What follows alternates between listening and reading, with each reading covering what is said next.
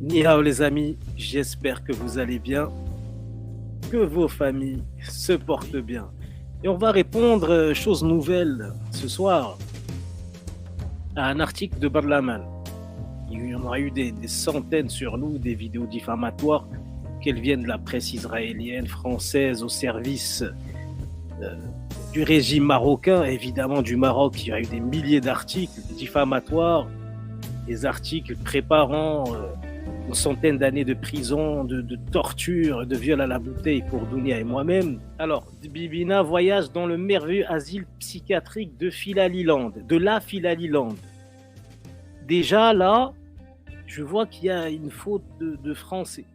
Par exemple, on va enlever Philaliland pour mettre Disneyland. Voyage dans le merveilleux asile psychiatrique de la Disneyland. C'est niveau d'éducation, on est pas loin du zéro. Il y a un truc qui va pas là. Là, il faudrait instruire un petit peu vos pseudo-journalistes Marzani parce que ça va pas du tout. C'est avec l'argent du peuple qui font ces bêtises, qui financent ces pseudo-médias pour attaquer les dissidents, les journalistes, les gens sérieux. En tout cas, quand vous voyez des gens attaqués depuis des années, persécutés, et pas seulement dans les journaux, hein, dans leur vie, c'est que ces gens-là sont sérieux.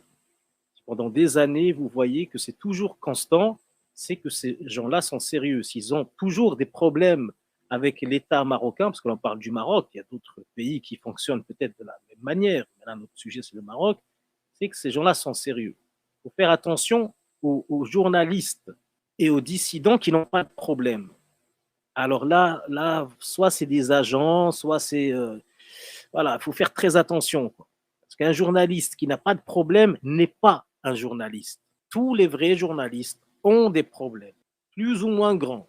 Après, je ne vous dis pas, hein, si sa spécialité, c'est faire des tests de restaurant, il n'aura pas, à part des problèmes gastro, il n'aura pas de grands problèmes. Là, on parle de politique. Si vous attaquez la politique de front, vous êtes certain d'avoir quelques soucis, surtout quand il s'agit de pays où on ne peut rien dire, comme le Maroc. Alors, on rentre dans le vif du sujet. Dbibina entretient une relation. Dbibina, c'est genre le pouvoir marocain. Bon, ça peut. Eux veulent faire croire qu'il y a une personne qui écrit. Donc, c'est le régime marocain qui écrit. Entretient surtout les services pas si secrets marocains. Entretient une relation spéciale avec les Filali. Il les a vus évoluer depuis maintenant une décennie et le début de leur histoire d'amour en 2013, juste après un divorce houleux d'Adnan avec son ex-épouse. Alors, on est persécuté par le régime marocain depuis 2020, juste après l'interview de Mohamed Ziane, où on a dénoncé la surveillance des hôtels par les caméras des services secrets marocains. À partir de ce moment précis, 2020, peut-être qu'on vous donnera la date sur le chat. Il y a une date très précise où on a fait un live, où Dounia a fait un live sur sa chaîne. Et une semaine après, il s'exprimait sur la mienne en français. Dounia, c'est en arabe. On a commencé à être persécuté par le régime marocain en 2020 et non en 2013. Donc, eux veulent faire croire qu'ils nous suivent depuis des années pour étayer leurs mensonges, etc., etc. Mais les faits sont là, c'est qu'on est persécuté par le régime marocain et leurs alliés, bien après, des alliés qui sont sur le territoire européen et israélien, quelques personnes évidemment, mais la persécution marocaine a commencé depuis 2020. Et avec l'interview de Zakaria Mouni, là, il y a eu une explosion, c'était national. Il y a eu des poursuites judiciaires de toute la police, etc., etc., que tout notre public, évidemment, est au courant de ce qui s'est passé. Donc, premier mensonge, on les a vus depuis le nanana en 2013. Juste après un divorce houleux d'Adnan avec son ex-épouse, qui vous dit que j'étais marié. Donc, déjà, si c'est vrai, c'est très grave. C'est que ces gens-là ont accès à tous les tribunaux de la famille, pour voir des livrets de famille, je n'ai jamais dit à personne que j'étais marié ou pas marié, que ce soit dans les réseaux ou ailleurs. Même à certains de mes amis les plus proches ne connaissent rien de ma vie intime. Donc, comment ces gens-là peuvent être au courant que j'avais une épouse, si j'ai une épouse? Donc, déjà là, on est dans un grave problème. L'étalage de la vie privée, ce qui est interdit par les services pas si secrets marocains. Donc, ce qui fait, c'est que c'est l'État marocain, c'est la police marocaine qui s'exprime, mais pas seulement la police, parce que pour avoir des dossiers sur la vie intime des gens, là, c'est des services secrets, c'est des choses qui se passent au plus haut niveau de l'État. Juste après un divorce houleux d'Adnan avec son ex-épouse pour cause de violence conjugale. Donc ça, on est dans les fausses accusations du Merzen, comme comme ils ont fait avec Zakaria Moumni. Ils l'ont accusé d'avoir battu son épouse. Ça, c'est un exemple pour emprisonner la personne si elle a le malheur d'aller sur les terres marocaines. Donc déjà, moi, je suis accusé de vendre de la drogue, de vendeur d'armes, de poupées sexuelles, enfin bon, d'être antisémite, d'être raciste, xénophobe, terroriste, proche du Hezbollah. D'ailleurs, il y a la caricature que vous voyez ici, avec un gros pétard. Donc, j'ai des habits de quelqu'un du Hezbollah, apparemment, d'un chef religieux. Voilà, bon, ils disent que je suis proche de l'Iran. La presse israélienne dit que je suis pro-Hezbollah. Toute la grande presse amie du Maroc, évidemment. Nous, on est victimes collatérales des relations, on va dire, diplomatiques, commerciales, du rapprochement avec d'Israël et le Maroc. Et on fait partie, comment dire, des accords secrets entre Israël et le Maroc pour attaquer les dissidents, pour y mettre fin. Donc, on m'accuse d'être pro-Hezbollah, pro-Iran. Donc, moi, j'ai répondu dans une vidéo. Je savais à peine où se situait l'Iran à un moment. Donc, c'était difficile d'être pro-Hezbollah. Et évidemment, bon, moi, je suis contre les pays totalitaires religieux, comme le Maroc. Donc, l'Iran, c'est pas ma tasse de thé. Donc ça, c'est un article spécial de Mansouri contre moi parce que de toute façon, ils savent qu'il y a une vidéo foudroyante qui va sortir cette fin de semaine, Marocco Gate, et ça parlera de lui, bien évidemment. Alors, qu'est-ce qui s'est passé? Alors, leur bêtise là, blablabla, qu'il souffrait d'un complexe d'infériorité. Alors, face à cette femme de caractère et indépendante, ok. Donc moi, j'étais malheureux avec elle, je l'ai frappée, on a divorcé. Ça, c'est ce qu'il raconte. D'où le coup de foudre instantané. Donc ils étaient avec nous, mmh, ils étaient avec nous au moment où j'ai rencontré Dounia. Il y avait heu, Mansouri qui était là, qui filmait et donc il a vu qu'il y avait un coup de foudre instantané qui a réussi à combler le vide intellectuel d'Adnan en y ajoutant du vide. Insulte gratuite, donc bon, vide intellectuel, OK.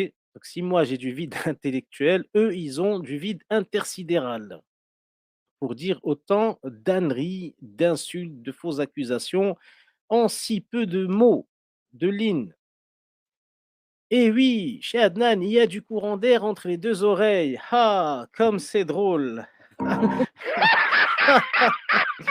Sincèrement, c'est de l'humour d'enfant de je sais pas, de 2 ans, de maternelle, en prétendant être un diplômé de l'université de Harvard, par exemple. Même Harvard a rigolé. Voilà, encore de l'humour du Merzen, c'est-à-dire de l'humour pas drôle. Là, c'est un faux compte. Ils ont fait un faux compte, comme comme ils font souvent, comme ils créent souvent. Et ils ont rajouté, Harvard University Master, voilà, ce compte ne m'appartient pas. Ils auraient pu écrire que je m'appelle Goldorak ou n'importe quoi, donc ils ont mis des vrais trucs, des faux trucs, une société que j'ai eue, que j'ai pas eue, un journal que j'ai eu, des trucs, enfin n'importe quoi. Ils prennent du vrai, du faux, ils mélangent et là, paf, ils mettent un faux truc. Harvard University, j'ai jamais eu ce compte, j'ai jamais été à Harvard, enfin bon. Donc forcément, c'est ça le marzen, c'est ça la diffamation, les fausses accusations. C'est pour ça que c'est très, très dangereux. eux, ils publient ça dans des journaux. Nous, on a eu de la diffamation, on a attaqué Jeune Afrique en justice, genre journal qui distribuait un peu partout dans le monde, qui a l'air sérieux, mais qui a fait de la diffamation contre nous. On est aux tribunaux avec eux. Il y a beaucoup de I24 News, donc c'était les poubelles qui nous a attaqués en disant des bêtises, en faisant n'importe quoi. Donc ça, on va en parler bientôt. Bientôt, des choses vont exploser, vous allez voir. Donc, ils exploitent leurs petits médias. Là, il y a 360, il y a Barlaman, il y a un tas de médias dédiés, enfin, du Maroc dédiés à la diffamation.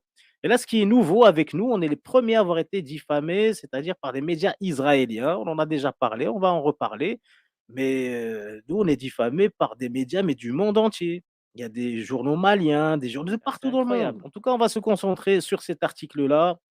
On reviendra sur les autres articles, certains grands articles, enfin dits de grands médias qui nous ont attaqués, qui nous attaquent toujours. Et on fera un débunkage, pas tous les jours, parce que on n'a pas que ça à faire. Alors puis Dbibina, bon Dbibina c'est le marzen, c'est-à-dire c'est lui, genre c'est la mouche électronique qui écrit. Ça, c'est les faux comptes du régime marocain qui nous attaquent, qui attaquent les dissidents, les journalistes. Donc, il s'est appelé Dbibina parce que on appelle ça mouche électronique. Mais ça, bon, ça peut être n'importe qui. Il les a vus gentiment se transformer en ces escrocs qui arnaquent des utilisateurs marocains en leur promettant tout type de produits et services, et ce à travers de la publicité mensongère. Donc là, il se base sur une vidéo qui a été faite il y a 10 ans par Dounia, parce qu'elle avait une chaîne qui cartonnait un compte Facebook. Vous faisait les tests de restaurants, les sociétés nous appelaient, donc chaque société, bah, elle payait pour faire un test, soit de leurs produits, soit de leur resto. C'était une période magnifique. Et ils ont pris une vidéo, là, fait un test de produits électroniques d'un site. Ils ont dit, voilà, maintenant, c'est elles qui vont les produits. Mais pourquoi ils l'ont pas accusé aussi de vendre les sushis qu'on a testés, les machins?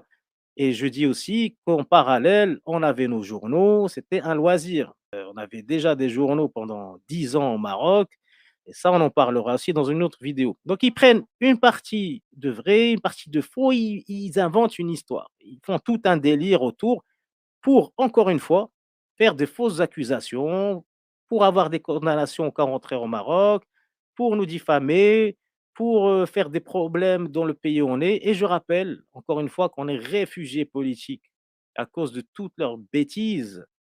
La Chine, ce grand pays merveilleux, nous a donné le statut de réfugié politique, mandat strict, articles 6 et 7. Et bien sûr, la Chine, les Nations Unies, le UNHCR, qui nous a donné ce statut, confirmé par la nation chinoise. Donc, on est protégé de ces vermines, où qu'on soit sur Terre, à part dans les pays non démocratiques comme le Maroc, qui n'ont pas signé les accords de Genève, qui ne vont pas reconnaître ce statut. On n'a pas beaucoup sur Terre. Je ne sais pas, peut-être la Corée du Nord, quoique. Mais en tout cas, on peut aller en Corée du Nord. Mais après, on peut pas, peut-être, ils vont peut-être pas reconnaître ce statut-là et ne protégeront pas. Mais tous les pays démocratiques, où qu'on soit sur Terre, doivent automatiquement nous protéger. Nous protéger de qui? De ces mensonges, de ces délires, de ces criminels. Là, vous avez qu'un petit article, mais il y en a des milliers, des fausses accusations. On a été attaqué par des agents chez nous, dans notre maison, en Europe aussi. On a eu des appels au meurtre. C'est énorme ce qui nous arrive. Ce qu'on a dit sur les réseaux, ce n'est que 1%. Et c'est des journalistes qui ont nos dossiers, des ONG, des associations, des avocats. On ne peut pas tout sortir maintenant. On est en justice contre ces gens-là. On sort les choses qu'il faut, mais on fait très attention parce qu'il y a beaucoup, beaucoup de gens impliqués dans notre affaire. Il y a des gros sous. Et là, avec l'affaire Morocco Gate, c'est le moment de tout exploser. Et on va tout exploser. Voilà, en tout cas, même ces accusations, ils disent, voilà, ils ont fait, il a frappé sa femme, ils ont vendu, c'est quoi, à travers la publicité mensongère, des produits et services. Pourquoi ils sortent, ça s'est fait quoi en 2012-2013, et pourquoi ils sortent ça en 2023? On n'a jamais entendu parler, comme par hasard, paf. Après, alors qu'on était au Maroc hein, au moment des faits qu'ils disent. Pourquoi ils ne nous ont pas interpellés, mis en prison? C'est après l'interview de Ziad, euh, après qu'ils aient commencé à nous harceler, et l'interview aussi, bien sûr, de Zakaria Mouni, qui a fait des millions de vues, je vous invite à la voir sur la chaîne de Dounia, 2,2 millions, extraordinaire. On a été persécutés ben, jusqu'au jour d'aujourd'hui et on subit des choses très, très graves avec des gens impliqués, des politiciens, des institutions dans plusieurs pays, que ce soit en France, que ce soit évidemment au Maroc. Il y a vraiment des dossiers qui vont exploser et il y a des gens qui devront répondre de leurs actes devant la justice européenne, française et israélienne. Parce que oui, mesdames et messieurs, il y a une justice en Israël, il y a une certaine démocratie et on imposera la justice à tous ces Israéliens qui nous ont attaqués en Israël. Donc, c'est en route, c'est en cours et vous allez être surpris de ce qui va se passer. Alors, on continue la lecture de cet article poubelle. Puis, il les a vus comment ils ont profité du buzz autour de l'affaire Hamza mon bébé pour arrondir leur fin de mois en monétisant au max leur intervention sur YouTube. Nous, ça fait quoi 2 ans qu'on n'a pas travaillé parce qu'on est en justice. On a été attaqué par des agents marocains chez nous. On a dû fuir la vie qu'on avait, notre pays, la Chine, ce pays magnifique, magique, où on était heureux, on était au summum de ce qu'on voulait, c'est-à-dire on avait notre appartement, notre penthouse, on avait notre vie, on avait notre lapin, on avait tout ce qu'il fallait. On a été attaqué par des agents, on a fui en panique, attendant que les choses se tassent, se fassent par la police chinoise, que l'enquête avance sur eux. On a changé de ville, on a décidé de partir carrément, de changer de pays pour prendre du recul. Et là, ils disent quoi? En monétisant en max leur... Non, c'est notre métier à la base, là, on y revient petit à petit, parce qu'on a arrêté à cause de vous, bande de criminels, parce qu'il fallait passer par les tribunaux. C'est notre métier, la monétisation sur YouTube ou le journalisme.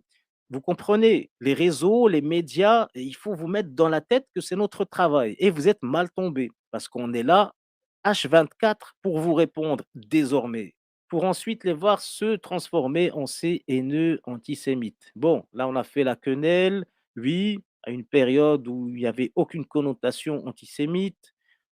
Anelka, quand il marquait un but à l'époque, faisait la quenelle. Donc c'était un acte anti-système. C'est-à-dire, bon, voilà, on est là, on est rebelle, et c'est tout. Et après, quand ça a pris certaines autres considérations, en tout cas, nous, on était en Chine, on ne pensait même plus à ce qui se passait, je veux dire, dans le monde occidental. On était ailleurs, on travaillait sur nos réseaux, on travaillait sur le sujet marocain. Et puis là, il y a aussi un faux compte de Dounia. Voilà, parce que eux, ils sont, ça je peux pas le dire parce qu'on est en justice en ce moment. Il y a des manipulations qui ont été faites. On en parlera plus tard. Il y a des faux comptes, il y a des choses qui se sont passées par rapport à, comme je vous ai montré le faux compte sur moi, il y a eu beaucoup de faux comptes sur Dounia. Donc on poursuit actuellement certaines personnes en justice qui confirment que Dounia a dit en 2015 que si, que ça. Enfin bon, c'est très compliqué. En tout cas, c'est le but du Merzen, c'est de nous remplir de problèmes, de nous entourer de personnes qui nous attaquent pour qu'on ne sache plus quoi faire. Mais ils sont mal tombés, on sait que nos ennemis, c'est eux, c'est le régime marocain, c'est eux la base, la source du mal, du problème. Il n'y a plus de régime, il n'y a plus de problème. Donc, toutes les petites racailles qui nous attaquent, qu'elles soient dans des institutions, que ce soit des politiciens ou que ce soit des pseudo-médias, pseudo-journalistes, évidemment, on va s'en occuper, mais notre souci, notre combat premier, on sait le choisir, c'est le régime marocain, c'est lui la base. Il ne faut pas se disperser parce qu'ils veulent qu'on se disperse, bien évidemment, parce qu'ils ont peur de nous, de notre travail journalistique et du fait qu'on puisse donner la parole à certaines personnes, vu notre travail, justement, qu'on va essayer de reprendre. Alors, imaginez que pendant des années, vous arrêtez de travailler à cause de ces criminels, c'est vraiment compliqué. Alors, avant de les voir se déclarer comme premiers réfugiés politiques marocains en Chine, seul pays qui n'accepte pas de réfugiés politiques en son sein. La Chine nous a donné le statut de réfugié politique, le UNHCR, articles 6 et 7 du mandat de réfugié politique. C'est-à-dire qu'on doit être reconnu réfugié politique là où on se trouve sur terre, n'importe où. Tous les pays nous sont ouverts et nous doivent la protection. La Chine, on ne peut pas vivre en tant que réfugié, on doit vivre ailleurs. Pourquoi? C'est comme la Turquie, il y a plusieurs pays comme ça qui n'acceptent pas la réinstallation, mais qui peuvent donner le statut quand ils voient que la personne a un danger de mort, est persécutée pour sa religion, pour ses idées politiques ou quoi que ce soit. Quand c'est des cas sérieux, c'est souvent des hommes politiques, des dissidents, des journalistes. Enfin bon, ils peuvent donner le statut, mais il y a des réinstallations. Ils vous disent, voilà, vous avez le statut, maintenant, vous pouvez partir ailleurs. Enfin, juste pour expliquer. Après, vous partez où vous voulez. Nous, à un moment, on est parti en France et là, je ne vous dis plus où on est parce qu'on a fait l'erreur de dire où on était la dernière fois après avoir fait quelques interviews, Libération, France 24, TV5 Monde et autres. On a fait cette erreur de dire, voilà, on est en France. On aurait dû jamais le dire. Bon, on ne va pas rentrer dans les détails, mais nous sommes reconnus réfugiés dans tous les pays de la Terre, de la galaxie. Voilà. Donc, il y a eu quelques petites erreurs par-ci par-là, surtout venant de nous, de dire où on était, parce que c'est fou furieux. C'est à partir de là qu'ils ont fait des attaques internationales contre nous. Alors, la prochaine fois, enfin là, maintenant, je ne vous dirai pas où je suis. Ça, à tout jamais. Pour enfin fuir en Chine, pour enfin fuir la Chine. Non, on n'a pas fui la Chine, on a fui des agents meurtriers que vous nous avez envoyés, des criminels, où ils se sont pourtant déclarés comme réfugiés politiques. Oui, tout à fait. Afin de se jeter dans les bras de la DGSE française qui leur a trouvé refuge au sein de la maison des journalistes en échange d'attaques quotidiennes contre le Maroc. Alors là, c'est très sérieux. Parce que déjà, ils ont dit, il y a une vidéo qui va sortir demain sur Twitter, où ils nous accusent. D'ailleurs, c'est l'un des chefs d'accusation par rapport à Maître Zien. Il l'accuse d'avoir collaboré avec des agents algériens. Nous, ils accusent Mohamed Zien, ils nous accusent, nous, d'être des traîtres à la nation. Donc déjà, parti pour 20 ans de prison, torture et viol. Hein. Et Zien a été enfermé pour l'une de ces raisons. C'est une des causes pour lesquelles Zien a été enfermé. D'ailleurs, il s'est exprimé sur ce sujet. Il y aura une vidéo demain sur Twitter. Après nous avoir accusés de travailler avec le régime algérien, avec la DRS, maintenant, il nous accuse d'être de la DGSE, des services secrets français.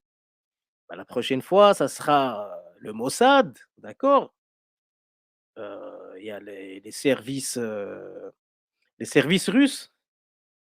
services chinois, ok. Donc à chaque fois, ils inventent un truc selon le pays où on est. Si on était en Russie, par exemple, voilà, on serait avec le service secret de M. Poutine. Si on était encore... Et là, qu'est-ce qu'ils disent? Et là, encore une fois, ça devient très dangereux. Ils ont trouvé refuge au sein de la maison des journalistes. Qui leur dit qu'on est dans la maison des journalistes? Évidemment, on a reçu un prix d'accueil de la maison des journalistes. On a posé une vidéo une fois, on recevait ce prix-là. Et ça y est, c'est bon. C'est-à-dire, on habite dans cette association parce qu'on a reçu un prix. C'est une association qui reçoit des journalistes du monde entier. On n'est pas obligé de vivre dedans. Ils ont quelques pièces pour quelques personnes, pour quelques semaines, quelques mois, des gens qui sont de passage. Et là, ça y est, c'est qu'on habite à la maison. Et si c'était vrai, ça serait dangereux pour nous. Nous, on a été attaqués une fois dans notre domicile. On a les preuves et ça aussi, il y a des poursuites qui ont été entamées. Il y a eu un début d'incendie dans notre domicile, juste après le reportage que j'ai fait en face de l'ambassade du Maroc. Donc ces gens-là sont dangereux parce qu'une fois, dans un article, ils avaient dit que j'étais là. Et effectivement, le soir même, on a été attaqué. Des gens ont essayé de rentrer à notre domicile. Donc imaginez qu'on habite maintenant à l'adresse qu'ils disent. On risquerait de se faire attaquer par des pro-royalistes, vu que nous, on est anti-royalistes. Ils veulent quoi? Ils veulent nous assassiner en disant que nous sommes résidents à cette adresse, si on l'était. C'est comme ça que des dissidents sont assassinés. On a vu dernièrement une Kurde se faire abattre d'une balle dans la tête, en plein Paris, 10e arrondissement, par un psychopathe raciste. Donc ça devient compliqué, ça devient très compliqué. Ils ont affiché l'adresse de mon père, qui est mort dernièrement, qui a été attaqué par une personne, donc assassiné. L'enquête encore ouverte, je ne peux pas encore parler de l'affaire. On n'a même pas encore les résultats de l'autopsie, mais une folle furieuse l'a poursuivi en voiture à 8 heures du matin. Qui est cette personne? Est-elle un agent marocain envoyé? Est-elle une personne envoyée d'ailleurs? Je ne sais pas. Je ne peux rien dire. Je ne peux que poser des questions. Mais l'adresse de feu mon père a été affichée par le régime marocain. Comme ils affichent maintenant mon adresse, comme ils avaient affiché avant mon adresse et j'étais attaqué, comme ils disent que je suis à la maison des journalistes, si ça s'avère être vrai, c'est dangereux. Si c'est faux, c'est c'est pire encore, c'est de la diffamation, c'est des allégations mensongères, c'est on est dans le grand n'importe quoi. Je rappelle que le Maroc est un pays, le régime marocain très respecté par la France, par, des pays respectables. Il faut que les gens soient au courant de ce qui arrive, ce qui nous arrive. Ce qui nous arrive, nous, on représente les Marocains. C'est des attaques quotidiennes, c'est des mises en danger quotidiennes, avec l'implication de certaines institutions, de certaines personnes en Europe, en France même. On a des noms, on a des preuves, on a des enregistrements. C'est très grave ce qui se passe. Notre vie est en danger, encore en danger, à cause du régime marocain. Depuis 2020, nous fuyons le danger. Et maintenant, il nous rattrape. Continuons ces écrits absurdes. Alors, d'où le live d'hier. Bon, là, ils ont fini un petit peu de diffamer les personnages, parce qu'avant d'attaquer le sujet, il faut qu'ils mettent un petit peu en doute notre capacité à raisonner. Ils ont parlé de personnes stupides, de notre intégrité, voilà, comme quoi on est des personnages qui ne sont pas dignes de respectabilité. Heu, donc voyons les propos de ces criminels que nous sommes. Qu'est-ce qu'ils disent? Donc ils mettent c'est la technique qu'ils emploient à chaque fois avant de parler de nos vidéos ou de nos articles. Ils viennent nous casser pendant, quelques lignes avec leurs diffamations et mensonges et après ils attaquent le sujet. Donc on est dans le sujet du live d'hier tenu par Dan Filali dans une ambiance de piano bar, OK, dans l'objectif d'évoquer l'affaire Mohamed Ziane et son arrestation jugée abusive, car il serait trop vieux et donc rien du tout, c'est son seul argument. Bon, mensonge sur mensonge. Je vous épargne, je ne sais pas si le son va sortir là, le petit extrait. J'ai fait mes recherches et j'ai trouvé que que personne n'a jamais été enfermé, ni au Botswana, ni en Corée du Nord, à un âge aussi avancé, à 80 ans. Donc, je vous dis, les amis, Mohamed Ziane va certainement être dans le livre des records dans les jours, les semaines, les mois à venir. C'est le prisonnier politique le plus vieux sur Terre, qui a été arrêté à un âge aussi avancé. Voilà, donc moi, je parlais bien évidemment de prisonnier politique. Je disais, voilà, 80 ans, il va peut-être mourir en prison. C'est le plus vieux prisonnier politique au monde, c'est un fait. C'est le plus vieux au monde. Ils ont bien cherché, ils n'ont pas trouvé.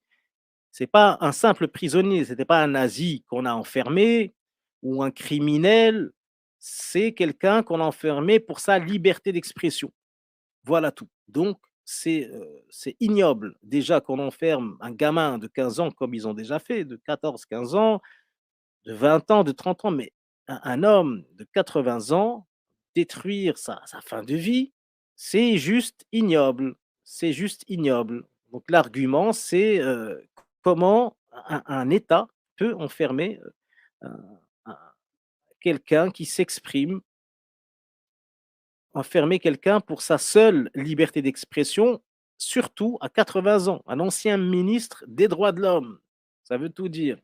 Voilà, donc là, ils ont pris ça comme si j'avais dit juste qu'il était trop vieux, que c'était un réel criminel, oui, qui méritait de rentrer en prison, mais comme il était trop vieux, enfin non, j'ai dit que c'était quelqu'un qui avait un certain âge, qu'on ne pouvait pas enfermer d'ailleurs pour sa liberté d'expression. Il est 25 ans ou 30 ans, mais à 80 ans, c'est vraiment abusé et ignoble et ça fait un record malheureux pour le Maroc. Car oui, les amis, aujourd'hui, être trop vieux, voilà, on est dans le mensonge absolu, absous de tous les crimes. C'est dans le code pénal marocain, anodin, blabla.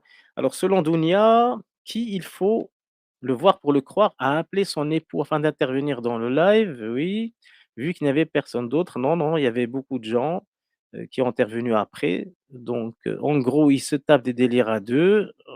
On était plus que deux. Le public était là, assis dans leur lit côte à côte, en train de s'ambiancer à comploter une révolution à deux. OK, dans un studio de 6 mètres à la MDJ. Donc voilà, heu, si on était à la MDJ, comment ils vont savoir qu'on est là? Donc ils nous surveillent. Donc on est surveillés. La MDJ, c'est en France, à Paris, donc les autorités françaises laissent faire, donc il y a un problème. Comment des espions, des agents marocains nous surveillent nuit et jour et donnent notre adresse, en vue et en su des autorités françaises? Il y a quoi? Il y a un meurtre qui va se manigancer? Qu'est-ce qui se passe? On va nous la faire, à l'envers. C'est quoi le problème? On va nous dissoudre, dans l'acide comme Ben Barka? C'est quoi le plan? Si ça, c'était vrai, je dis pas qu'on est dans l'endroit qu'ils disent qu'on est, mais si ça, c'est vrai, c'est qu'on est surveillé. On est surveillé, avec l'aide des au les autorités marocaines, avec l'aide des autorités françaises. Donc il y a un projet, de nous éliminer ou d'assassinat. Donc je vous dis les amis, si on se fait éliminer, la responsabilité au Maroc et de certaines personnes dans le territoire français, si on est je sais Dounia que tu as du mal à comprendre une info à sa première lecture, donc insulte, toujours insulte à l'intelligence de Dounia.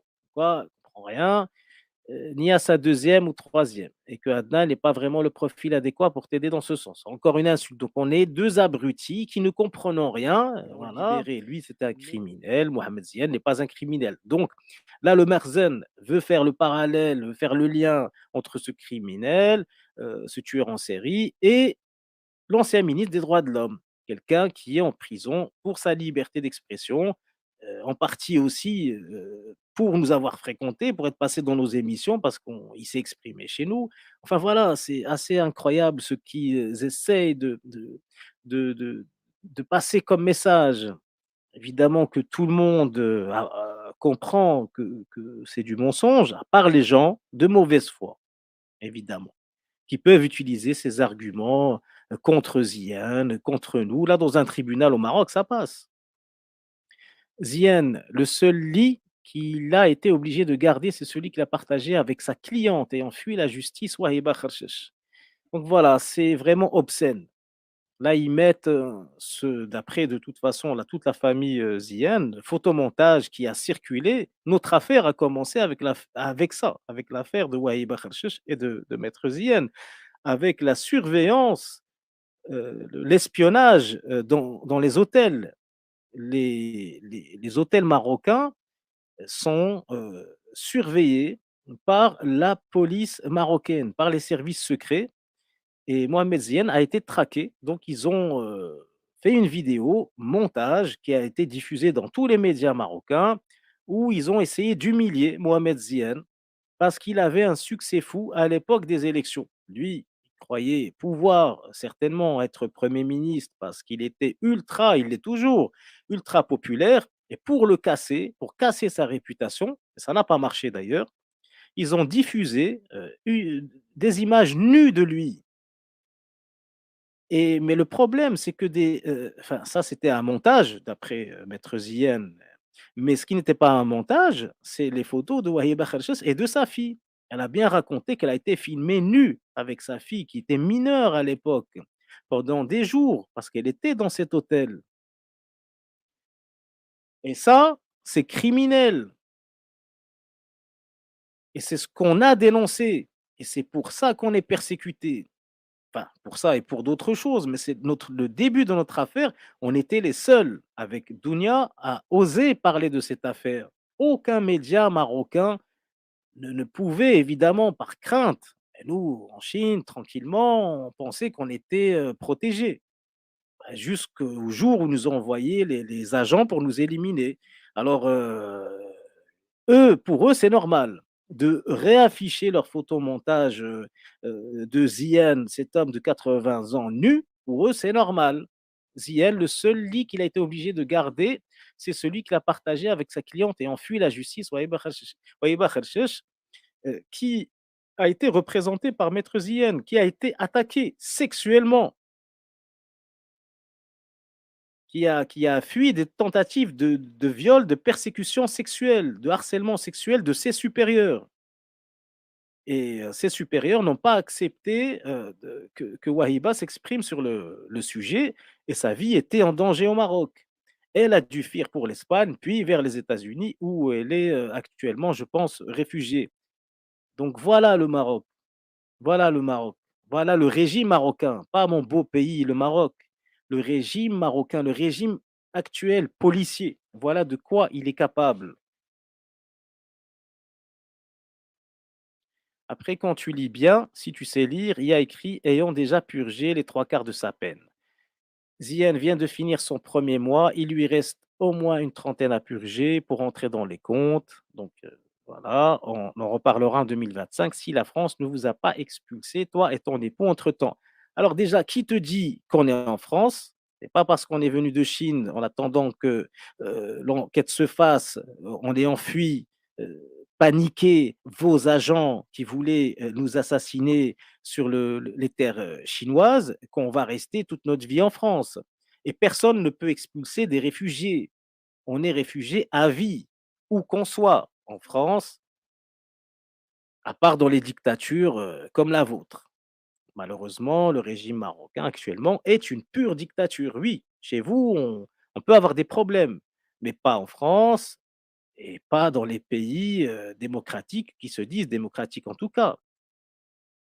Et si on est venu en France un moment, ça ne veut pas dire qu'on va rester 1000 ans en France. On peut être qui vous dit qu'on est en France? C'est-à-dire qu'on est surveillé alors. Si vous confirmez qu'on est en France, c'est que des agents marocains nous surveillent nuit et jour. Qui vous dit et qui vous prouve qu'on est en France? On pourrait être au Zimbabwe, au Botswana, au Canada, en Chine, en Nouvelle-Zélande, on pourrait être à Taïwan, à Hong Kong, on pourrait être n'importe où, au fait. Mais pourquoi vous confirmez qu'on est en France? Donc là, il y a des questions à se poser.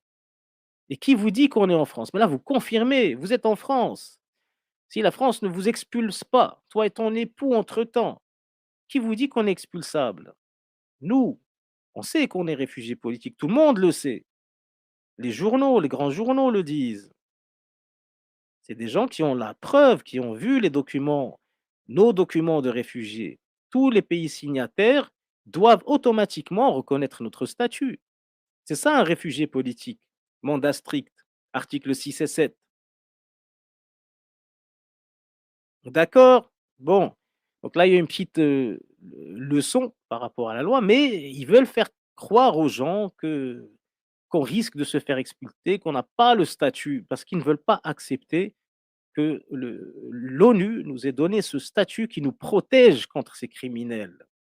Et d'ailleurs, la Chine, on la remerciera évidemment jusqu'au dernier souffle de notre vie d'avoir fait passer la loi avant les relations diplomatiques.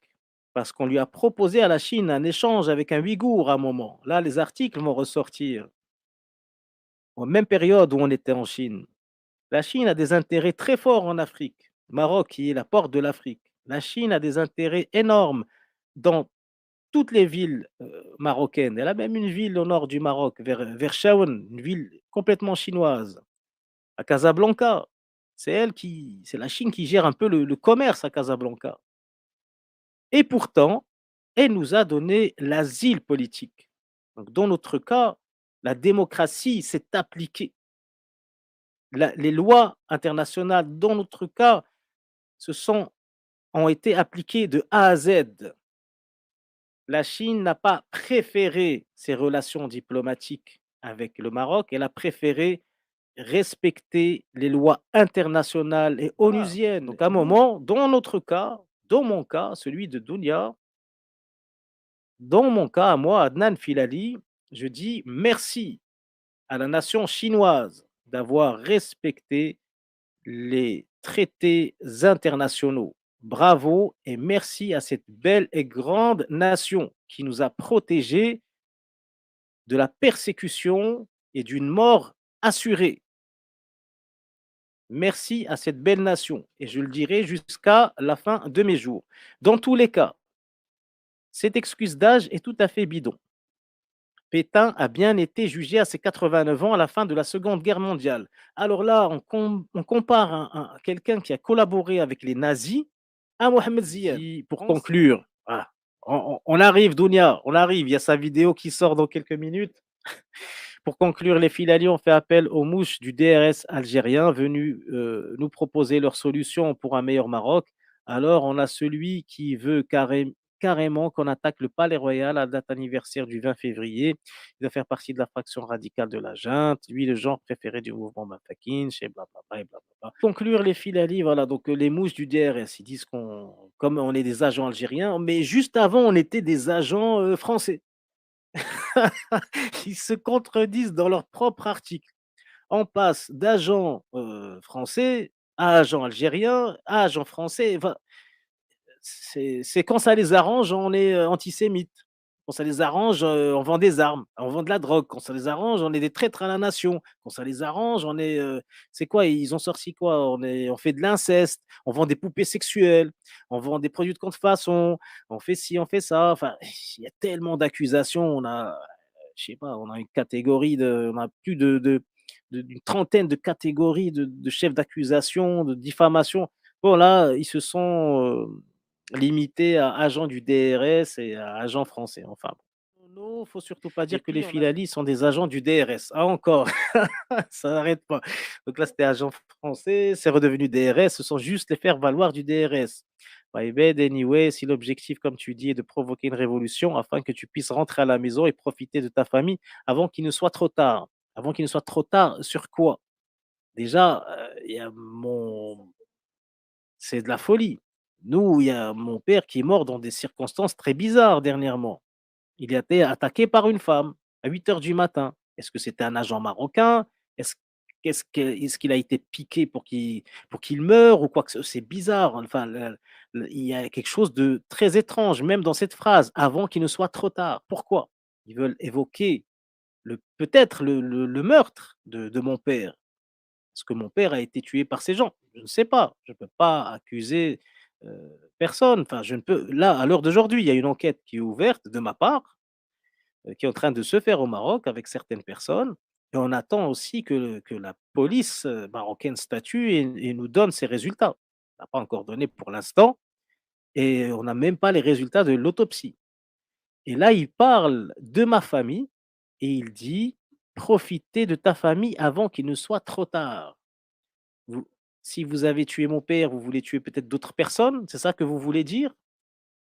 Je ne comprends pas.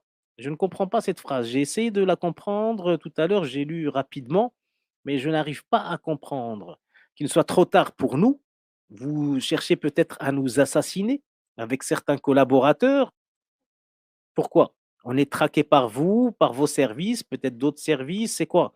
Vous annoncez qu'on va crever bientôt avec Dounia? Vous allez nous égorger? Comme vous pensez qu'on est en France, vous allez nous envoyer des personnes ici en France pour nous assassiner? C'est bien ça, ce que veut dire cette phrase? Parce qu'on sait qu'ici, vous avez pas mal d'appui en France. Ça, si on est en France. Donc là, il y a une réelle menace parce qu'il y a un fait, il y a le décès de mon père dernièrement, qui peut être assimilé à un meurtre, qui a été attaqué. Ça, je ne l'ai jamais dit, Dounia l'a évoqué, mais a été attaqué par une personne à 8 heures du matin. Qui est cette personne? Donc là, il y a une enquête qui est en cours et il y a des faits très étranges. Et maintenant, vous nous menacez. Parce que là, je vous rappelle que ce n'est pas un simple article. C'est l'État mafieux marocain qui s'exprime et qui nous menace directement à travers un journal qui appartient à Mansouri, le fugitif, le responsable, le chef de la JET, des services secrets marocains, qui nous menace et profiter de ta famille avant qu'il ne soit trop tard.